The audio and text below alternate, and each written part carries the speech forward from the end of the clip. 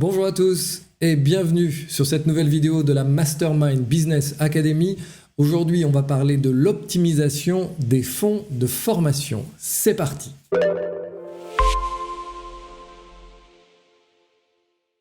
Alors, est-ce que vous vous êtes déjà demandé, est-ce qu'on a le budget pour cette formation? Est-ce qu'on peut envoyer notre collaborateur pour cette formation? Est-ce que vous êtes déjà aussi demandé, ok, on n'a pas le budget, mais comment on peut maintenir l'intérêt, l'employabilité de nos salariés, leur niveau de compétence, sans avoir nécessairement à faire appel à un fonds de formation, sans avoir à dépenser plus, autrement dit.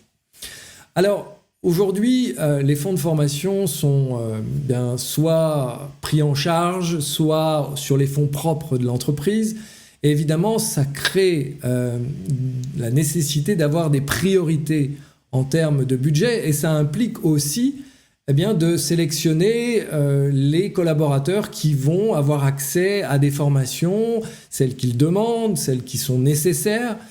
Et l'idée, c'est aussi de se dire, mais qu'est-ce qu'on peut proposer à tout le monde pour maintenir ce développement des compétences, pour que ce soit toujours stimulant, pour que les collaborateurs soient toujours dans cette perspective de progrès et de développer de la valeur pour l'organisation quand on n'a pas forcément le budget de formation.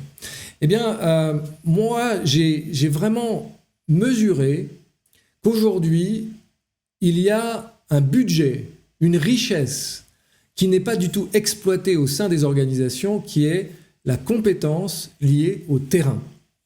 C'est vrai que historiquement, on va plutôt aller chercher des experts qui deviennent formateurs et qui transmettent un savoir. Et c'est vrai que c'est utile sur certains domaines parce qu'il y a des domaines de compétences qui sont vraiment très spécifiques et qui demandent une expertise.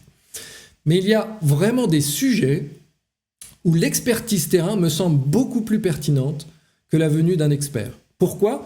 Parce que si on met l'expertise terrain au cœur de la compétence, au cœur du savoir et au cœur de la transmission des savoirs, eh bien, on va s'apercevoir qu'on va tisser non seulement un tissu de compétences qui sont spécifiques à l'entreprise et non pas celles d'un intervenant extérieur, mais on va aussi créer du lien, on va tisser du lien et on va tisser de la compétence entre les participants avec ce que moi j'appelle les communautés apprenantes au sein des organisations. Qu'est-ce que c'est ? Eh bien, les communautés apprenantes, c'est la possibilité de réunir au sein d'une organisation différents collaborateurs de l'organisation pour les faire travailler sur des problématiques qu'ils rencontrent au quotidien et qu'ils ont sûrement en commun, comme par exemple une communauté apprenante de managers. Eh bien, on réunit 2 heures tous les mois ou tous les 2 mois des managers qui vont pouvoir présenter leurs problématiques et bénéficier de la sagesse et de l'expertise terrain des autres managers de l'entreprise pour les aider à trouver des solutions. Et ça ne demande aucun budget. Ça n'implique pas d'avoir à dépenser autre chose que le temps qu'ils vont y passer et d'avoir une personne qui va devenir animateur ou co-animateur de cette session de communauté apprenante. Donc si vous n'avez pas le budget, si vous pensez que vous devez sélectionner et faire des priorités, si vous êtes frustré aussi de vous dire « mais on ne peut pas offrir de la formation à tout le monde, on va devoir déterminer des priorités », souvenez-vous que les communautés apprenantes, avec cet appel à l'expertise terrain, c'est de façon très mesurée, c'est 2 heures tous les mois ou 2 heures tous les 2 mois, une façon de tisser vraiment un tissu entre les compétences, les relations et de renforcer les capacités, les compétences de vos salariés, de maintenir leur employabilité, de maintenir leur intérêt, leur motivation, sans avoir à utiliser un budget de formation.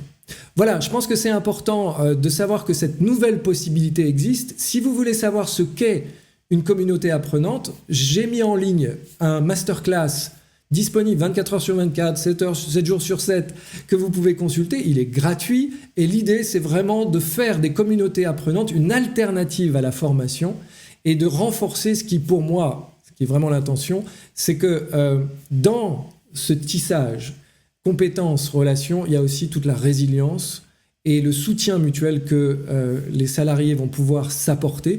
Parce que dans les temps difficiles dans lesquels nous sommes, je pense vraiment que la réponse, c'est le tissu humain. Et quand on mélange tissu humain et compétences, eh bien, on crée un magnifique mariage qui soutient dans la durée et qui permet de traverser les difficultés, surtout quand on est manager, quand on est plutôt seul, par exemple.